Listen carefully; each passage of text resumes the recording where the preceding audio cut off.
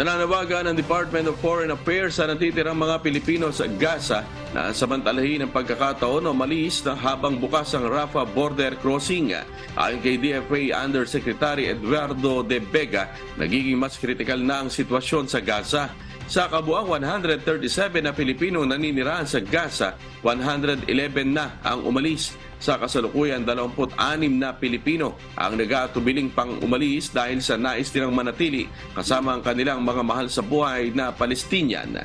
Pakinggan natin ang pahayag ni Overseas Workers Welfare Administration Head of Repatriation Assistant Division, James Mendiola. As soon as we receive the request or information na may uuwi pa, pinapacilitate naman natin. Sa kayo po ay not received the latest data kung ilan ang next na batch meron na kung kailan.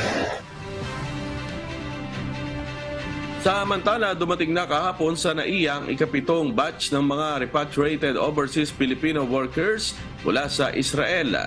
Binubuo ito ng 39 na OFWs at 2 bata, kung saan 29 sa kanila ay mga caregiver at 10 ay mga hotel worker.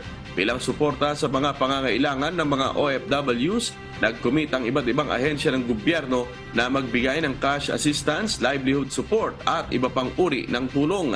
Pakinggan natin ang pahayag ni Department of Migrant Workers Assistant Secretary for Pre-Employment Services Levinson Alcantara.